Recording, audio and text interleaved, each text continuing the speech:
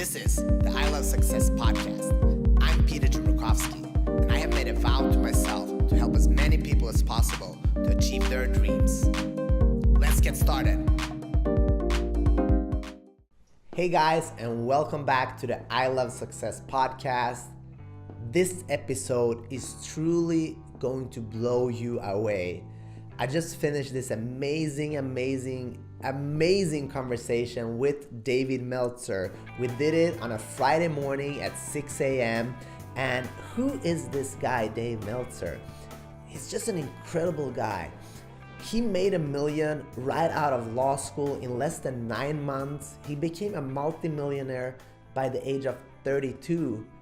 And then he lost it all and became bankrupt. And then he made it all back again. So he's an amazing business guy, but he also gives so much. He's a philanthropist, and in every business he does, he has a charitable component, and he wants to give back to the world. So I don't want to even talk more about this because I just wanted to get into it because I'm truly 100% sure that you're gonna love it. So kick back, relax, and let's go.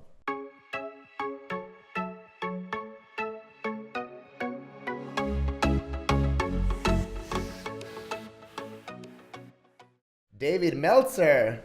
Wow. You're telling me, my other brother's a doctor, so my mom's still proud. That's awesome. Yeah, I mean, we're gonna talk more about that. It seems like your family is very driven. Yeah, driven by my mom. I grew up with a mom who's a teacher, and since we didn't have much, she subscribed to the philosophy that she was going to empower her children to be successful through education, which made me the black sheep of the family because education was secondary to sports. Yeah. I thought I'd be a professional athlete, specifically a football player. And but needless to say, she was also one of the, and still is, I apologize, she's still here, one of the most enlightened people because she lived her entire life of service, not just to her children, which catapulted all of us to great successful lives, but also to all the children that she taught for 47 years as a second grade teacher and elementary school teacher, which to me still one of the proudest moments is when, a 50-year-old man comes up to me in tears and is like, are you Dave Meltzer? And I'm thinking, oh my God, they watched my videos, they saw my speech, they read my book, they listened to my podcast, they're gonna tell me how I've changed their life. And they said, your mom, right? Your mom changed my life. She was the best teacher I ever had. And I'm thinking, you knew her when you were 9. Yeah, I know. I mean, teachers are, I think, being a teacher is the most important thing in life, right? And that's kind of what you're doing now. You're teaching and empowering other people. And knowledge is a waste if we don't share it, I believe. And there's a lot of people, they don't want to share their knowledge. But if we look at the super successful people, I mean, I was an athlete for many years. I was a world medalist in karate. And I met some of the best guys on the planet, and they always wanted to share. Yeah. Maybe not their tactics in that moment, right. But I mean, they still shared so much that it didn't have to. Yeah, I believe that the universe is abundant, that there's enough of everything for everyone, and that energy, when we put faith into scarcity, into not enough, or even just enough, when we put our faith there, we're going to end up with not enough or just enough. Yeah. When we live in a world of more than enough, and one of the charities that I love and work with is St. Jude. They do childhood cancer. And the reason I love St. Jude is there's so much money in medicine and research, and especially cancer research, that the minute they have any type of research, unlike all the other hospitals that hold on to it because they want to have the cure to cancer, they want to have the medication to sell to everyone for thousands of dollars, they post it up onto the internet, all their findings immediately, so that the world, because their goal isn't to make money to cure cancer. Their goal is to cure cancer however it can. So they give all the pharmaceutical companies, they give all the hospitals around the world instantly posting up all the information on how to cure cancer. And so that's my goal in life as well, is I have these unlimited beliefs. I have unlimited abundance. In fact, I want to tell you about your goal, 10 million people in 10 years that you want to help, right? I think you're limiting yourself. I really do. I think, why not more? So I would put a little bit of a change into your mission of at least. At least. Oh, right? I love that. That's so awesome. Just one little word can change your philosophy, because 10 million that. people is just enough. Yeah. At least 10 million people is more than enough. That's awesome. I love that, because the reason why I had my goal before was to help as many people as possible. And then I met with Mark Devine, the Navy SEAL, and he said, my goal is 10 million people. You should have that because it's a good metric. And I said, might be true. But now I'm going to add to my mission at least 10 million people. I love that. Thank you so much for that. Yeah, I put minimums and at least on everything. So, I believe in consistent behavior creates exponential results. So if you do at least 5 minutes or at least an hour, I do at least 20 minutes of meditation, at least an hour towards my health. I change those little words are so important. In fact, if you look in historically into the energy of words, Sanskrit was so powerful because it carried energy. It wasn't just words. And I think we've lost that over the years, how much energy the words that we say, what we think, what our actions are, what we believe, and the limiting beliefs that related back to what you think, say, and do. And then finally, your unconscious competency, what you're born with genetically and also energetically. And if we can put that aggregate together, our conscious, subconscious, and unconscious, true energy, beliefs, and genetics, we can achieve anything that we perceive.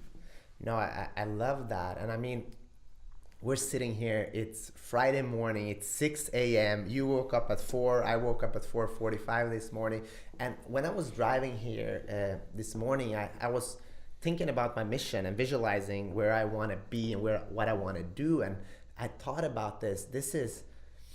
I love that you said, 6 a.m., let's do it. Because we went back and forth with Bradley to make this happen, and we couldn't find a time. But then I'm just gonna throw it out there. Can you do it in the morning? And most people I've done it before. Yeah. Because I'm crazy. I'll do it in the middle of the night to get a good person here to come and share, because I have my mission. And you say, let's do it. We're morning people. I love that. I even wrote a book about morning routines, and we're probably gonna talk more about all those routines. But I want you to take yourself back to when you were a kid, growing up with your mom. Can you just share, what's the first kind of moment that pops up in your head when I say that now? It was when my dad left at 5 years old. And I remember seeing my mom cry. I remember having to move. Back then in the early 70s when my dad left, there wasn't the strict laws about divorce, right? Yeah. So my dad wasn't really supporting us. He was a delinquent dad. He only gave money when he wanted to. And I just remember seeing my mom crying as we're moving into a 2-bedroom apartment with all these kids, and a single mom, and saying to myself, man, I just need to be rich. So, I just... How old were you at that point? I remember about 5 years old. Wow. So, it was tough because, we had this country squire station wagon, and my mom would teach during the day, come home, pack our dinners in brown paper bags, like peanut butter and jelly. I like bologna with mustard. But I remember specifically, she would drive us around because she had to fill up turnstiles at the 7-Eleven with greeting cards, just so we had enough money to eat. Yeah. And I remember sitting in the car, my older siblings would read to the younger ones, and my mom wanted us to study in the car while she did this extra job so we'd have enough money. Too much pride to ask for help, which was another thing that I took on in my life that I had to change, because real successful people not only offer everything that they have to help other people, but they learn to ask for help from those people that sit in the situation that they want to be in. And my mom never would. And everybody, no one's perfect. But I remember clearly thinking, the only time I'm not happy is because of money. I always grew up happy. I had a great mom. I had great siblings. I didn't really care. I didn't really know the quantity of what I had. I just was in a house of love. Yeah. And so the only time I was sad was money. And so I became driven by money. Money equaled happiness. Money was what drove me, and I was going to make a lot of money so I could buy my mom a new house and a car. I mean, that's a lot of pressure to put on a 5-year-old, right? Yeah. But we do it onto ourselves, and I think your story is not unique. This happens every day, and that's the sad part, right? We put so much pressure, and I mean, I study success. That's what I do, and I've noticed people would do the craziest shit to be loved, right? Or to make money, and then when you get there, you realize that's not the end of the spectrum, right? It's just, that's maybe when it gets started. So Yeah. it's so interesting. And like, so growing up, you wanted to make all this money. Did you like, because I know you went to law school, but the thought process before, did you know, like you wanted to be a professional football player? How did that pan out? And like, why did you decide to go to law school? Yeah, I mean, a lot of my listeners and followers know the story, but I love to share it. I wanted to be a football player, and nobody thought I could do it. I come from a long lineage of academic people, intellectual people, that education was the core of how you became successful. Unfortunately for my family, I was the best athlete of all my family. And you could look at me, that's not impressive. I still to this day always say I'm one of the most average college athletes of all time, but it's also one of the most significant parts of my life. But I went to college and I got a scholarship to go to college. I played football in college, and it was fun because my very first game, I really believed my freshman year that I still was going to be a professional football player. And I fly down the field as a kickoff bullet on the end, and I go to tackle this guy, and he runs me over. Right when I hit him, I thought, yes. Next thing I know, I'm flying backwards, and he runs me over. That running back is a friend of mine now. His name's Christian Okoye. He was the AFC running back of the year the next year. But at that time, I literally remember lying on my back going, doctor, lawyer, or failure, because that's all I heard my entire life. Doctor, lawyer, or failure. And it took a lot of courage, although I never realized my dream of being an NFL player. This is what the success ended up to be when I learned it wasn't about money. It was about, consistently every day, persistently, without quit, enjoying the pursuit of my potential. And still today, I've achieved a lot, right? You could read a bio of me for 20 minutes, going down accolades, awards, accomplishments, things that I do. But my biggest accomplishment to this day is still, to me, the fact that I persevered and played college football. Like, I self-admittedly am an average college football player, but because it was so close to my potential, right? Which is really important, because my potential doesn't mean I'm Deion Sanders, right? Deion Sanders could never work and be better than me. But what I learned through that process is, if I could enjoy the pursuit of my potential, if I could enjoy the pursuit of everything that I did, which is why I wake up at 4 o'clock, which is why I meditate, which is why I work out, which is why I'm a good dad and a good father and a good brother, and all everything I do, when it's in my mind, like helping 10 million people, I want to be at least 10 million people, because I want to pursue the potential of how many people can I actually help and empower lives for. My goal in life is similar to yours. Mine is to empower others to be happy. That's my life's mission. It's a beautiful mission. And I'm curious, because I was an athlete myself, but in that moment when I was never any good, but I had the persistence just like you. And once I remember, I've been training since I was 6. My father was my coach, and I went to this national championship and I won. But instead of being happy, David, I was on the car going home, I was just worrying, how the fuck could I defend my title next year? Like this, I felt like a fraud, Yeah. So I'm curious, did you enjoy the process in that moment, or did you compare yourself to like the other college athletes that were like better than you at that point? Just like you, right? I always attached my happiness to an outcome, and then when the outcome came, I wasn't happy.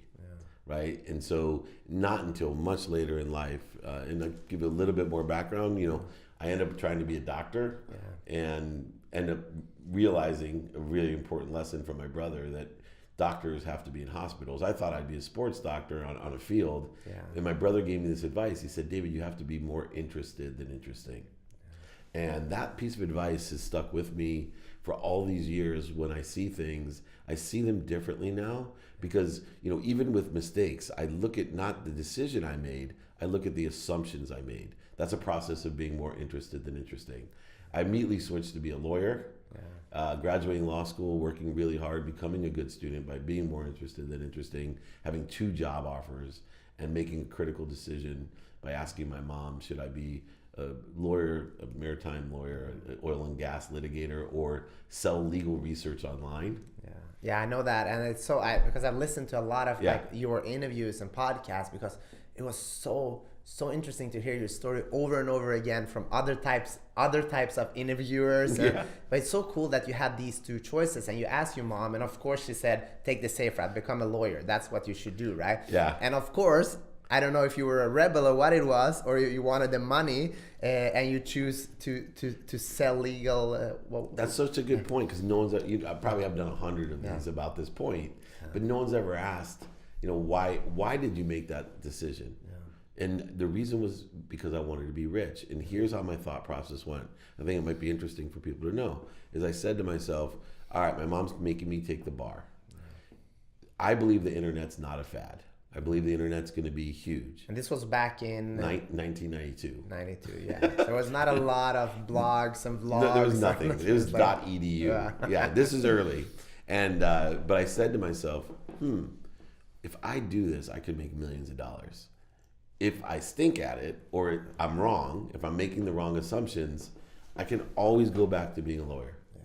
I went right from college to law school. Most people don't. So I said to myself, what if I gave this 1 year?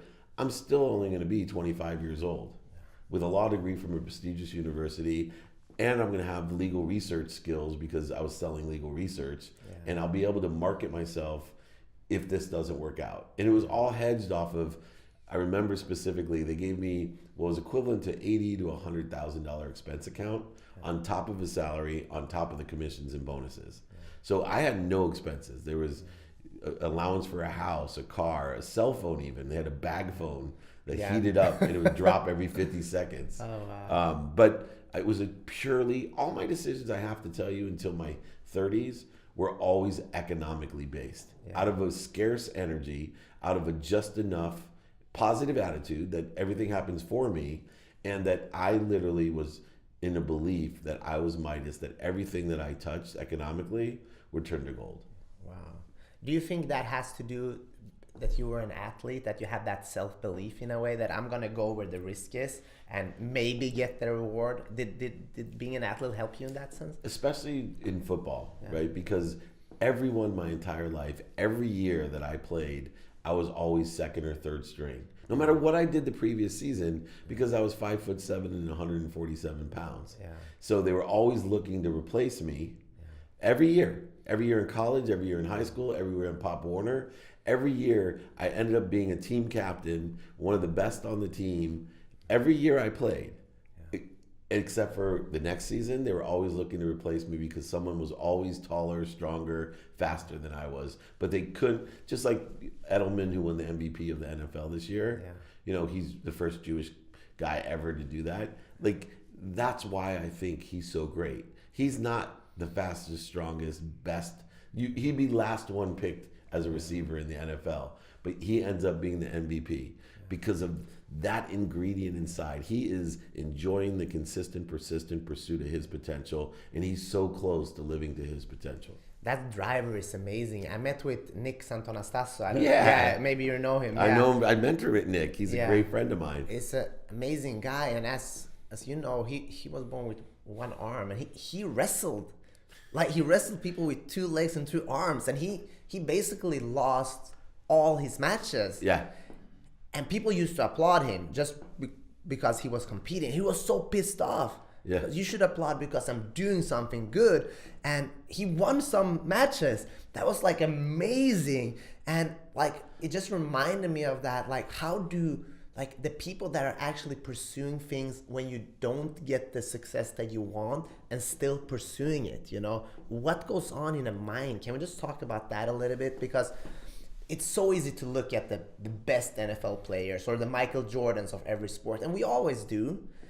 But what about the people that have the same mindset, but maybe not the same physical abilities? How do they think?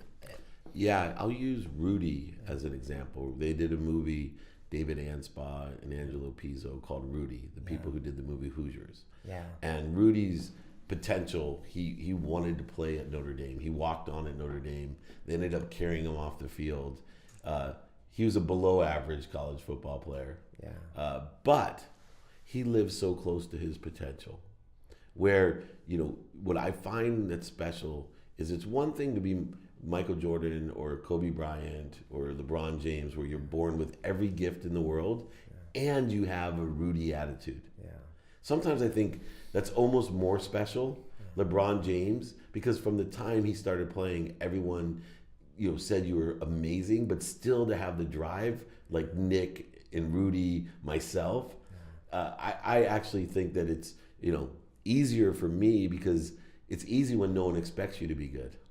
Right? When they do applaud you just for showing up. Oh my God, he's so small. He made the team. Oh, this is the way my family used to talk about me. Oh my gosh, I can't believe he's going to college. He's actually playing in college, going, to be on the team. But to have that drive, to me, to carry over, but where the opposite holds true for people like Nick, Rudy, and I, is how to stay driven when you know your best is not good enough. So these are the two nuances of pursuing your potential. There's the people who are born with everything, but because most people that are born with all that talent don't make it because they don't have the internal drive without people challenging them, which is why most of them had something happen, like Michael Jordan was cut from his high school basketball team, right? Tom Brady was drafted late round and nobody wanted, right? There's something that put the Rudy, the Nick, the Meltzer chip on your shoulder, and you were born with all this talent. Yeah. But there's the other side of it.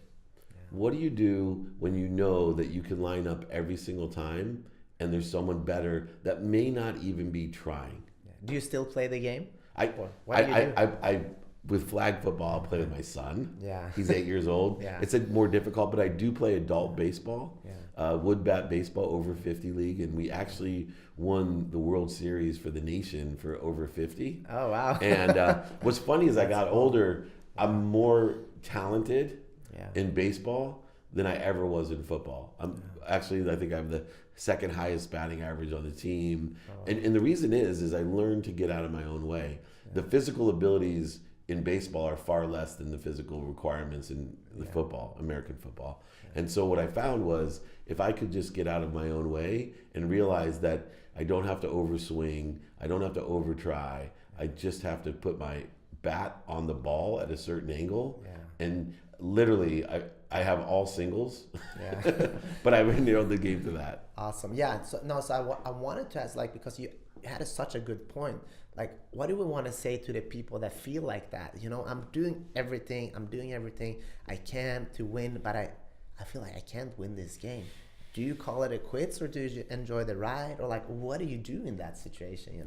As long as you enjoy it, right? Because in the end, you can't be the richest man in the cemetery. In the end, everything doesn't matter, and that's one of the things that drives most fear in people. Is what really matters is the pursuit. And so if the pursuit is what happiness is, when you're pursuing something, you're inspired in spirit. And when you're happy, that's all that really matters. And what are the things that put us in spirit?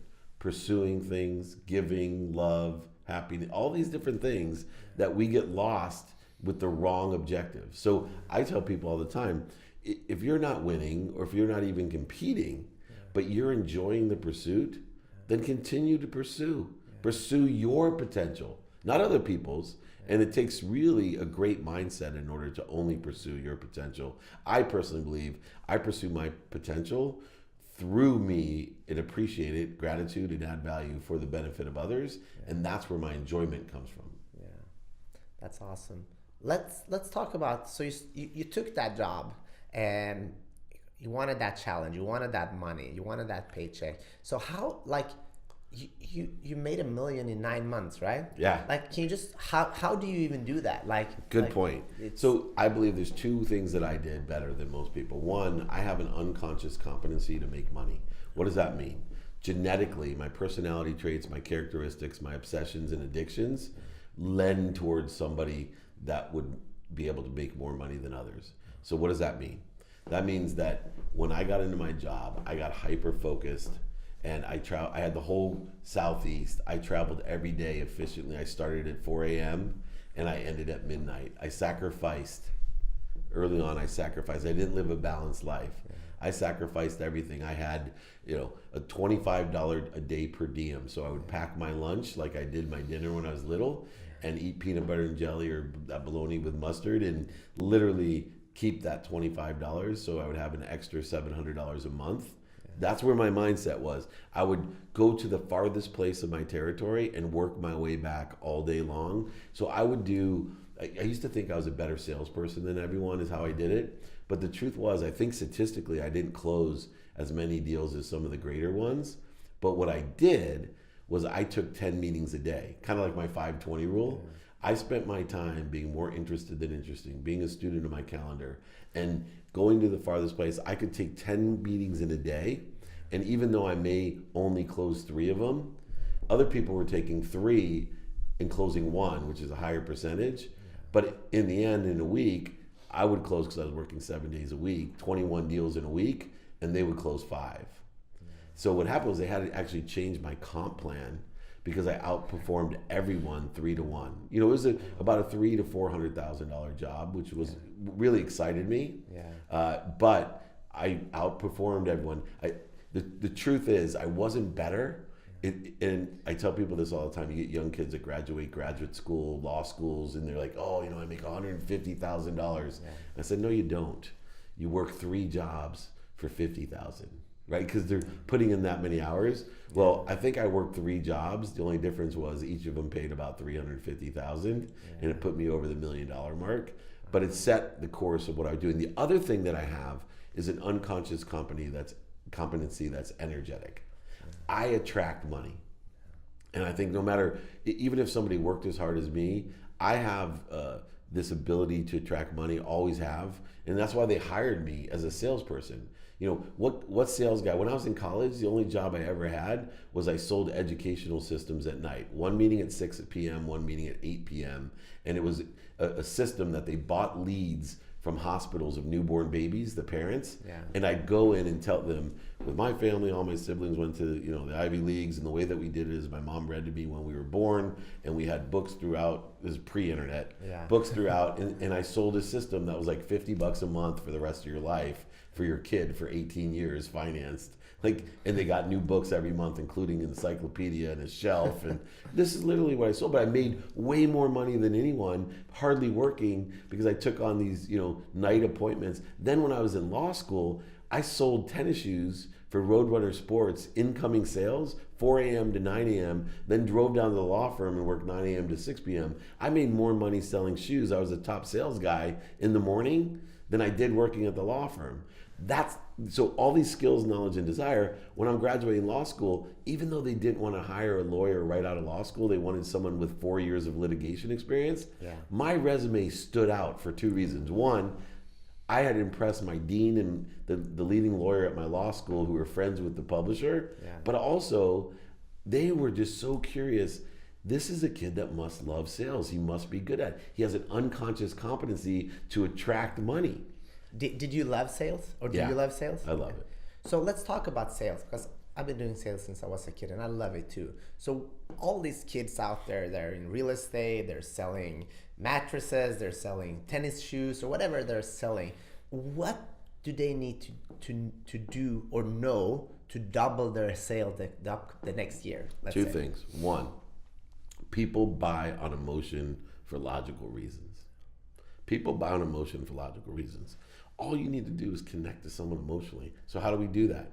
Find out what they're doing today, and then ask them what they like about it and what they don't like about it. When we talk about what we like and what we don't like, that's emotional, right? And if we can connect on an emotional level, then we can give the reasons, the impacts, and capability with a quantitative analysis of, can you see any reason you won't want to move forward? Because if you invest this, you're going to make more money. That's the logical, I use it in my book called the Penn Value Index, meaning if you can guarantee someone's going to make more money than it costs, there's no way they won't do it. They will find, beg, borrow, and steal for that money. The second thing is to understand 5 to thrive, the emotional spectrum of how people buy. They buy in 5 steps. Number 1, you need to stimulate interest. That has nothing to do with anything about your product. It could be as close to the it could be the farthest, the closest to lying or the farthest from the truth, that very line, but you want to say something that's going to stimulate their interest. Next step, have the collateral material, the proof to transition interest. Then connect emotionally to share a vision. So we share a vision on emotion with logical reasons, impacts, and capability with a quantitative analysis. That gives you a verbal connection, a shared vision. Yeah. Now, most people think when they get a verbal yes, that they're 80% of the way there. I disagree. You're 20% of the way there. 80% of the way there is the managing and developing of the vision, step 4. You need to be able to manage and develop the vision. Even after you have a shared vision, you need to manage and develop it, make sure you get the paperwork. And in fact, getting paid as a salesperson, I joke around and say 20% is selling, 80% is collecting. Yeah. And then finally, if you manage and develop a vision correctly in a sale, then your business thrives. This is what happened with my coaching business. I didn't set out to coach people to make money.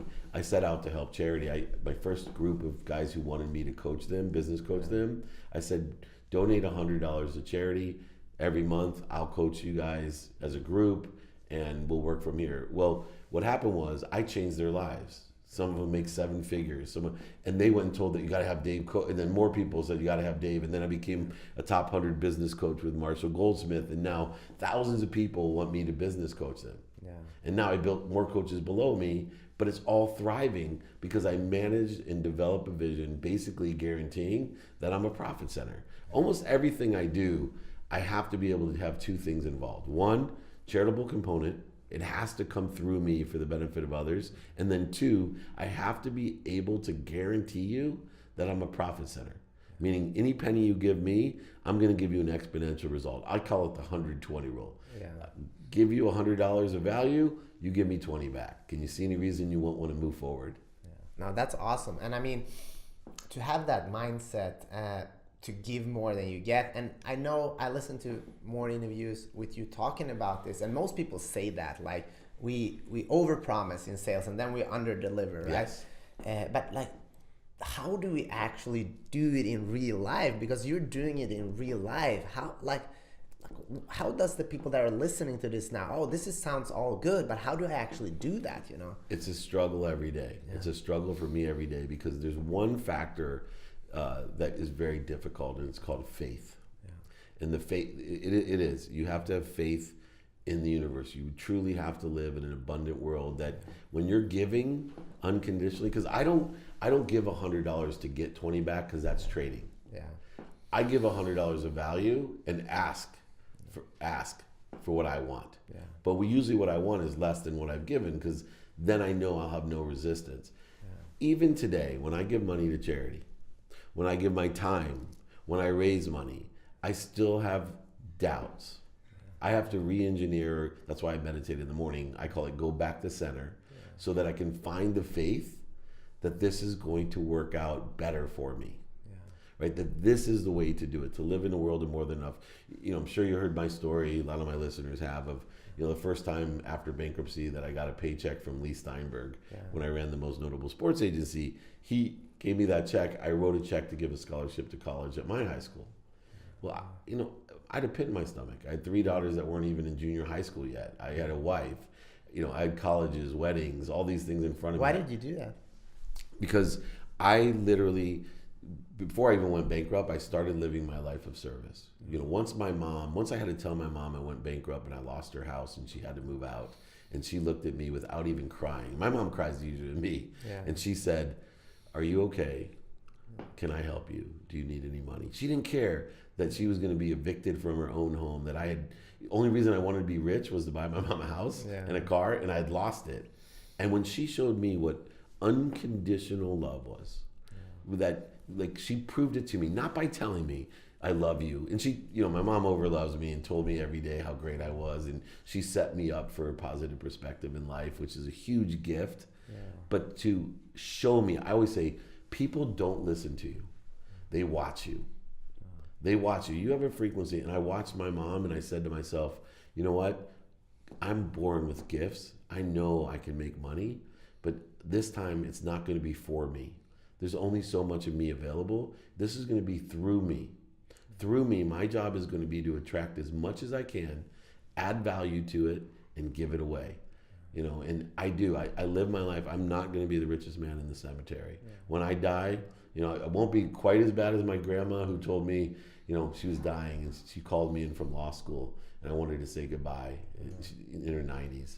And she said, honey, if there's anything left when I'm gone, and my eyes light up, you know, I'm a totally broke law student. She goes, I've made a math mistake.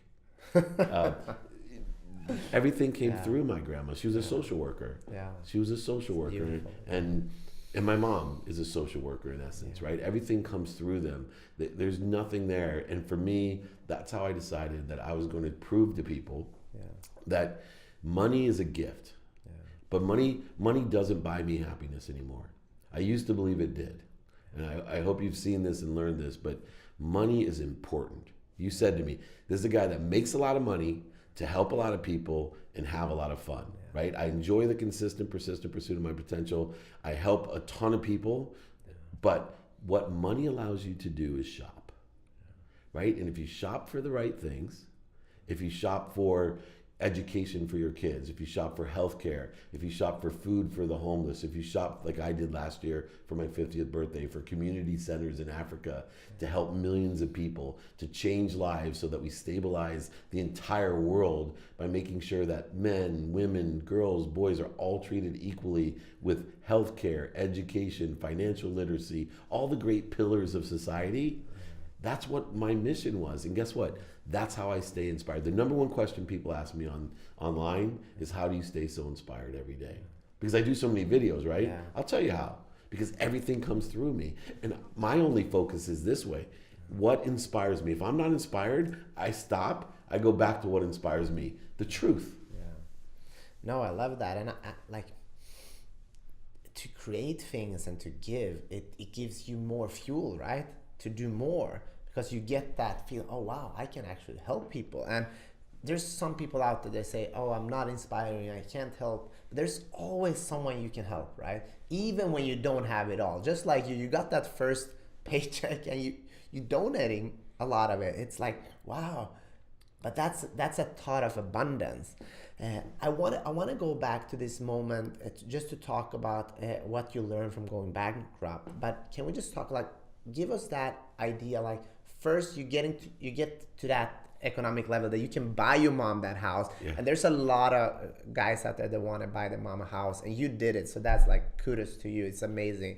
But then it went so far that they had to take it back. Like, how can you just share that journey with us, and how that, like, emotionally, how that felt and how you evolved as a person, you know? So what happened was, you know, from my first million, I went to the Silicon Valley and made more. And then I became CEO of the world's first smartphone. Yeah. I invested extremely well, like I said, whether it was real estate, stocks. I did it all on my own. Yeah. I took a whole bunch of time, but emotionally, everything I did was ego-based. I had a need to be right, a need to be offended. I had a need to be separate, which meant inferior or superior. Yeah. I had a need to be anxious and fearful. I had all these needs of the ego. Even I was philanthropic. Right, I made a lot of money, I gave a lot of money, but I never gave money without conditions. I always gave money for ego-based reasons. I wanted my mom to think I was her favorite child. I wanted my family to be impressed by me. I wanted the community, you know, I loved when they were like, oh, thank you, David Meltzer, for donating this. You know, I loved that side of it. Yeah. Never gave anything anonymously. And I do today. I do so many different things that no one knows about that is just part of my condition. And sometimes when I do it, I have fear. And then I go back to the center. I say to myself, oh gosh, I still have 3 kids that aren't in college yet. Oh my gosh, you know, I went bankrupt, and I say cancel. I'm going to put faith in what I want, not in what I don't want. I'm not going to put faith into the shortages, the voids, the obstacles that I had in the past, because I'm going to get more of those. I'm very controlled and disciplined, but emotionally, I was an egomaniac, a narcissist, an asshole. Everything I did was based off of an insecurity that I wasn't enough, that I wasn't worthy, I was a fraud, and I wasn't enough. I was living in a world of not enough, and I had to prove to everyone, just like I had to prove that I could play football, I had to prove that I was worthy, that I was as good as they were, even though I came from nothing. You know, I would lie to people, manipulate them, oversell them, back end sell them to make myself, and I didn't have to. I had so many successes, but I'd exaggerate my successes. Yeah. And now, when I lost everything, you know, I learned to meditate. I learned to be of service. I learned to deal with my ego direct and head on. I learned to illuminate all the messed up things that I am. One of the things people tell me all the time is, you're so vulnerable. Like, I really appreciate, you know, what you say. I'm like, look, being vulnerable is invulnerable. Yeah. You know, you would not step on a baby on a sidewalk. Yeah. Why? Because they're completely vulnerable. Yeah. That makes them invulnerable. Right? So I have try to control my attacking thoughts, my, you know, all the insecurities, the ego-based, the need to be offended. If I could take back all the energy that I wasted on the need to be offended. Look, let's be honest. There's three things that I was. One, I was what I did. I was what I had, and I was what other people thought of me. That's all my three concerns were. Today, I am not what a title. If you want to give me a title, give me CEO that travels the world helping people. That's good by me. I'm not what I have, right? I literally, personally, try to have as little as possible. I'm a minimalist. And three, I'm not what other people think of me. You go into a room with 1,000 people or speak in front of 10,000 people at some of these things, I have 10,000 reputations. None of them matter to me anymore, because all I'm trying to do is live as close to my potential, my truth, my higher self, that I can. And that's okay with me. And do I screw up? Look, it's not even 7 a.m. here. Yeah. Guess what? I've already made a mistake. Yeah.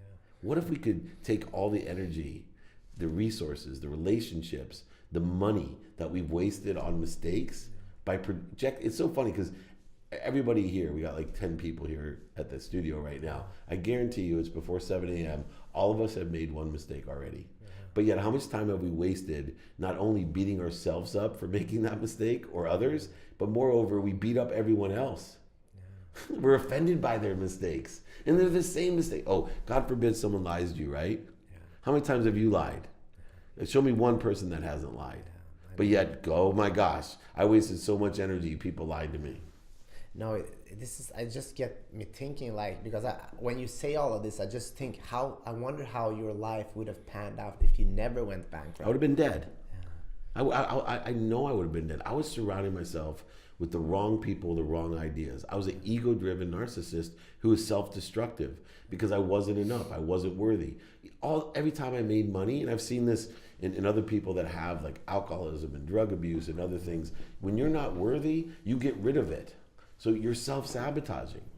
And I had to change that behavioral pattern. And the two people that changed my life was, one, my mom, and even moreover, my wife, right? You ever see the movie Moonstruck? No. So it's with Cher. Yeah.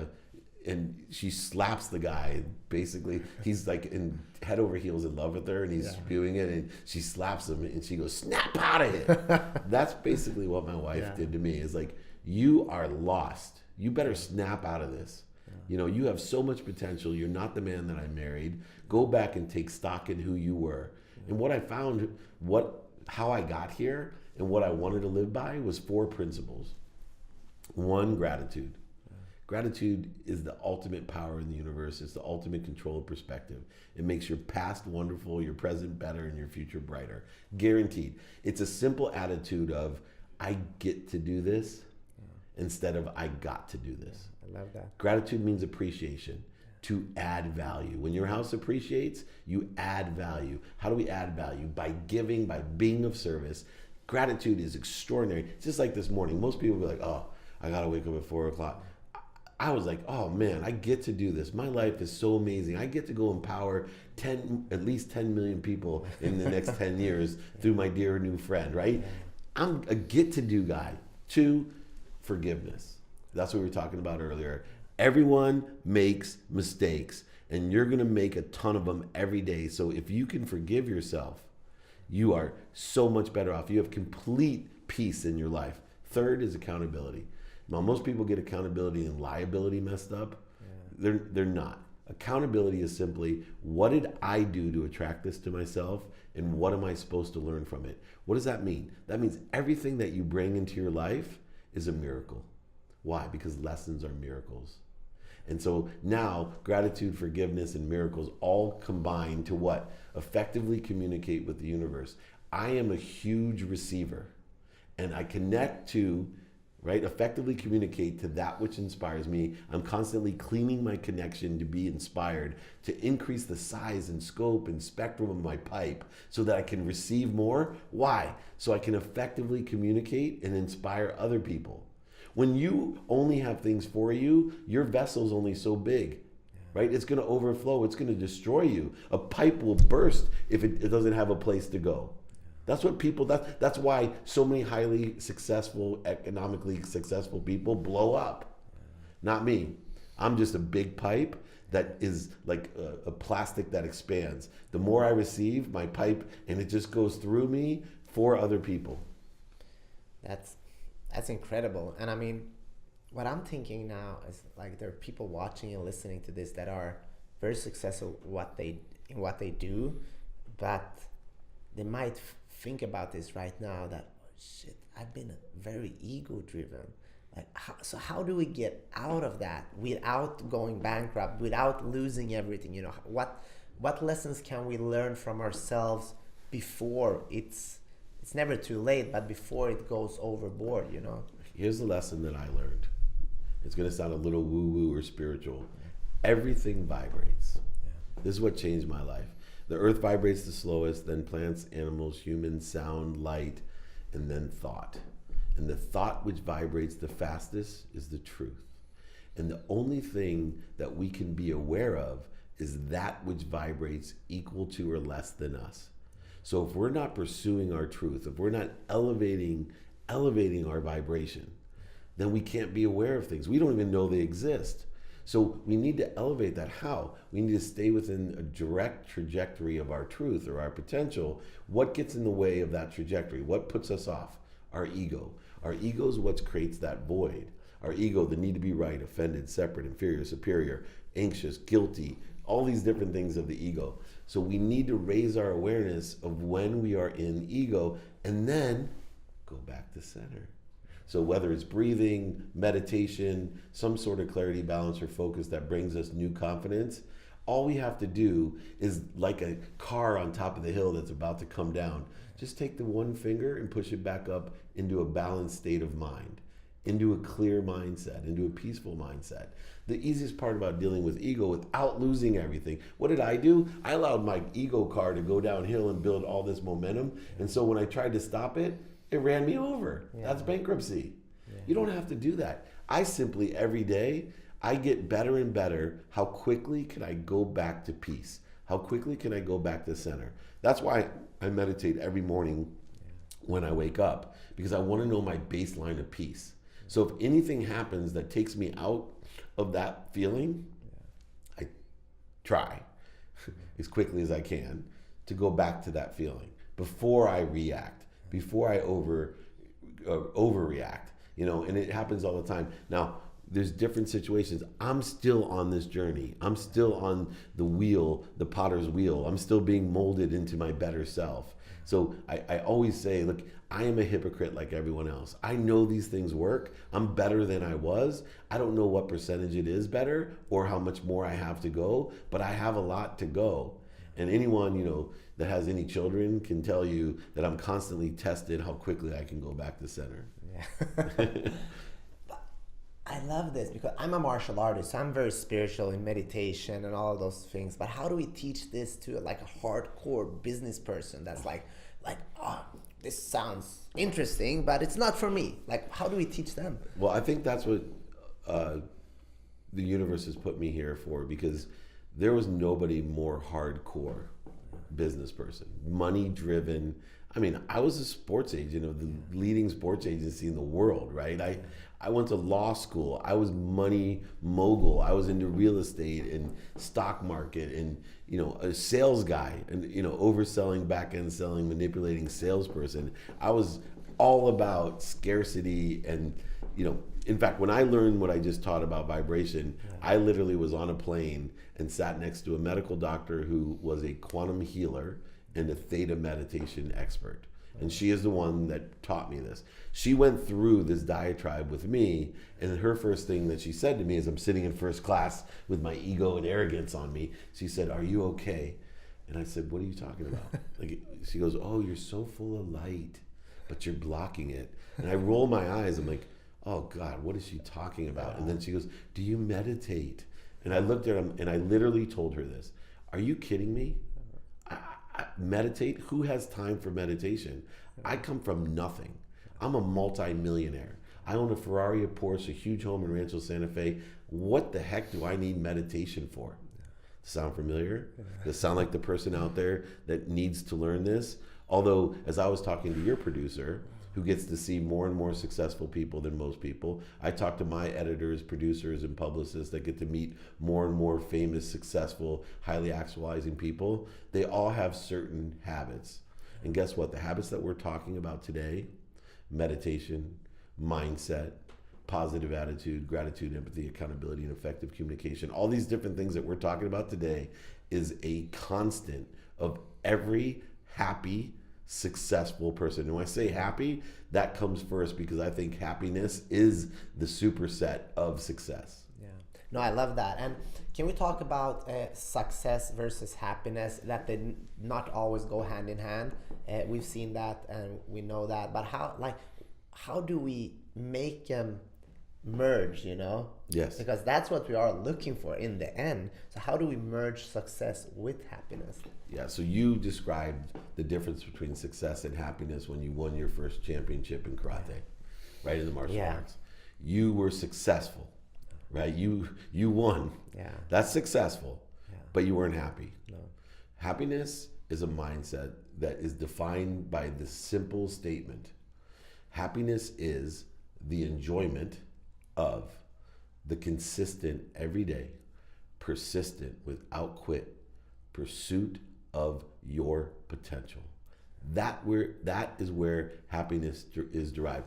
Even whether you won or lost, if you were enjoying the pursuit of how great you could be as a martial artist, you would be happy. When we are enjoying that pursuit, you are happy. That is where success is a subset, not a superset of happiness. Happiness is the key. And what is happiness? It is that enjoyment of the consistent, persistent pursuit of your potential. That's happiness. And so we have to, one, know what we want, right? What it is we want. We have to be inspired by why we want it. Then, most importantly, we have to have the discipline, the consistency, right? Yeah.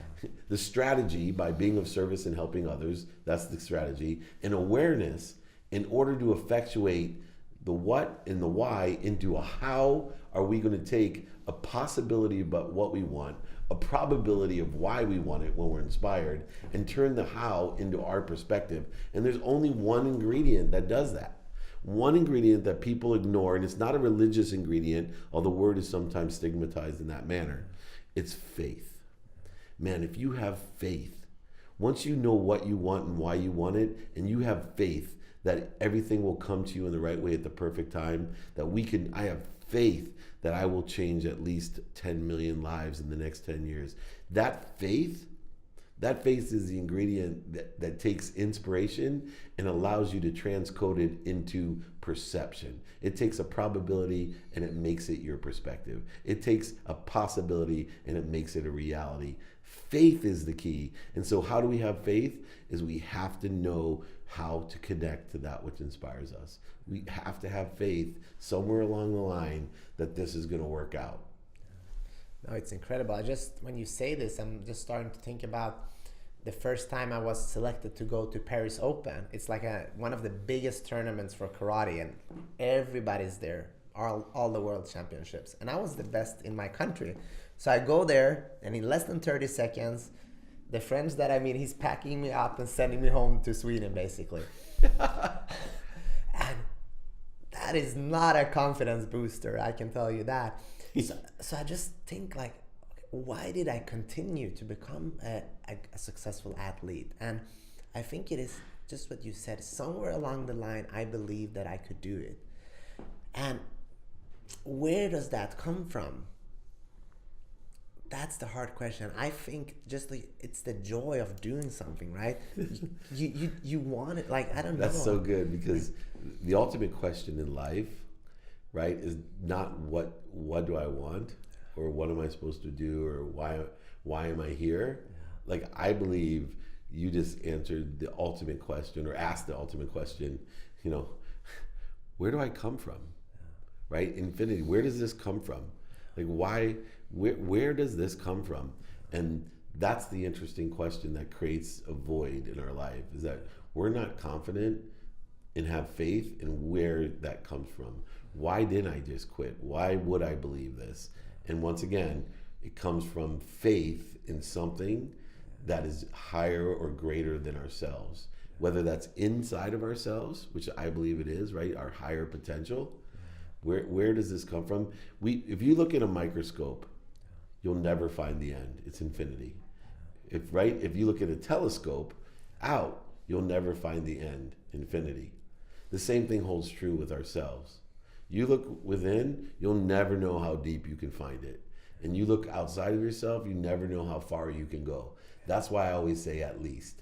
That's why I'm always in the pursuit, because I have two potentials, one within and one without. And if you have faith in that I have that potential and I'm going to enjoy the pursuit of it, whether my potential, and I try to choose, because the human mind can only handle like 3 or 5 things at once in the frontal lobe of your brain, right? Yeah. So I just choose, and we change them during life. You know, right now I'm going to kick my health, right? I reprioritize my health to number 1. It used to go family, work, health. Now it goes health, family, work. But my potential there, right? Also, you know, potential with relationships. You know, my mom and I, as much as I talk about her and she's my savior and being, I didn't have a great relationship with her. I had a resentful one, right? And it was a weird, I enabled her and all these different things. Well, I started realizing that I could shift that by giving her a minimum of 1 minute a day to make sure she knew that I loved and appreciated her. Why? Because I knew my potential, and my relationship with my mom was based off of those two things. She needed to be secure that I loved her, and 2, that I appreciate her. I add value to her life and she's add value to mine. And once I started giving that minimum with faith, my relationship expanded, just like everything else that you pay attention to does. It expanded beyond what I even believed. That's golden. And I mean, I'm good at that too, taking that little moment. Just, you know, it's so easy today. You can text, you can email, you can call and say, Mom, I don't have time. I just want to tell you that I love you. Yeah. Instead of like being stressed out and no, tomorrow. And that turns into years. That's turned into losing relationship, losing friendship, the people that we grew up with, that made us who we are, right? So important. I just have a couple of more questions. Then I know you guys have to head out. So you talk about studying your calendar. Can you just say, what does that mean? Because I want to be more like time efficient.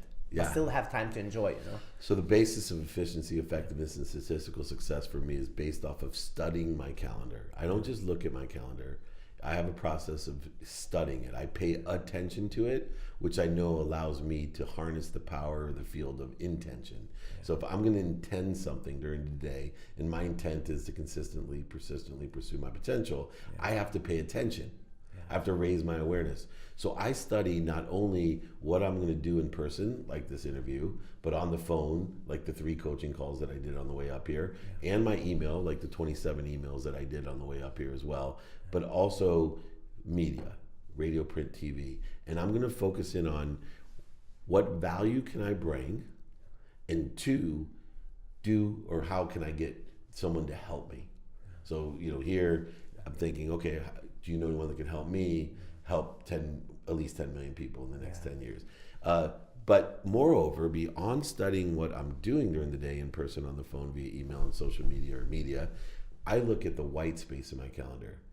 And sometimes I have more empty spaces than others. Today's I don't have as much, but I look to tell myself, okay, what am I going to do in person, on the phone, via email or media during the white? Am I going to check my Instagram? Am I going to check my LinkedIn? Am I going to go ahead and email somebody? Or am I going to go call my mom for the minimum of 1 minute? Am I going to call, like, for example, right after this? I know that I'm going to call my son because I give him 30 minutes minimum a day. I give my wife 30 minutes minimum a day. I give my 3 teenage daughters minimum of 2 minutes a day because that's the most they'll give me. But I do it every day. And if you study your calendar or consistently do things every day, we haven't spoken about this, and it's a good place to kind of end it on too, is the zero effect. You mentioned it earlier.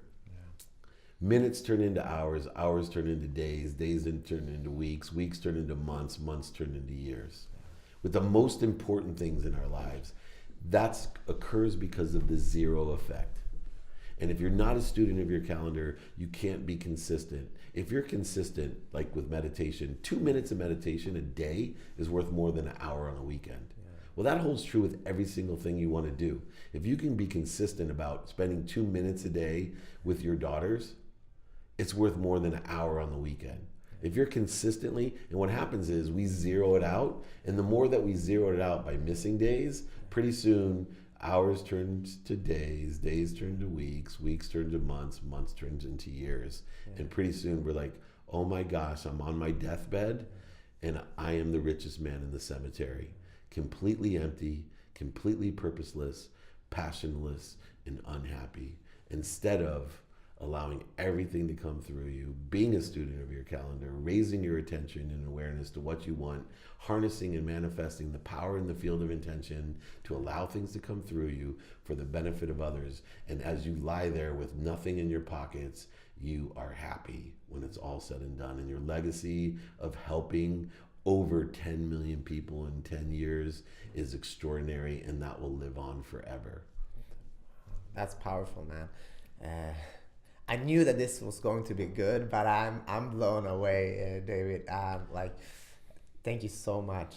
Just the last question that I want to ask you, something that I ask all my guests. That is, we're all about sharing tools and ideas, but we want them to take action because I love all the people that are taking the time to listen to us now. So if they can do one thing to get closer to what they want to do in their life, what's the first step that they can do right now when they're done listening? You know, what I would do is live your life with a do it now attitude. So whatever occurs in your life, ask yourself, can I do it now? And if you can do it now, you're going to save at least half as much time, right? It's going to take you half as much time because when you don't do things now, and when you do it now, think about whatever you're doing in this perspective. Be kind to my future self. I'm doing a good deed. If you can simply tell yourself every day, I'm going to be kind to my future self. I'm going to pick up that trash. I'm going to open the door. I'm going to smile at someone. I'm going to get to do this, not got to do this. Everything stems from the idea, be kind to your future self and do good deeds. Your life will change, and do it now. Don't wait. Don't procrastinate. Do it now. Do the good deeds now. Be kind to your future self now. I really appreciate you having me on. Anyone wants, I send my book out and pay for shipping for it for everyone. I'm at David Meltzer. You can find me, David Meltzer, on LinkedIn. Please reach out to me. I'm of service. I do answer everything myself, and I appreciate the time to assist you in helping at least 10 million people in the next 10 years. Thank you, David. And if there's anything we can do for you, please let us know. We're super grateful to have you here, that you took the time, and that we did this. I love that we did it this early, because every time I do something really early, I think about my mission and say, not many people would do this at this time. And it gives me courage to do more of these things. So that's the way I felt driving up there. I got out of the car going, man, I've already done more than most people do in a day. Now I feel like 2 days. So this is great. Thank you. Awesome, David. Thank you. And thank you, everybody that watched and listened to this. You mean the world to us. We want you to succeed. So reach out to @David Meltzer and connect with him and help him on his mission. And also, if you want me to help you on your mission, go to ilovesuccess.co. I'll give you a couple of free chapters of my book. There's so many conversations there and tools to help you. And we give this to you because we want you to do something with your life. So go out and do that right now. And also, if you like this episode, share it with someone, because that's how we grow. That's how we can help more people. And I said it in the beginning, I can't do it myself. David can't do it himself, but together we can do so much. So thank you so much, and talk soon.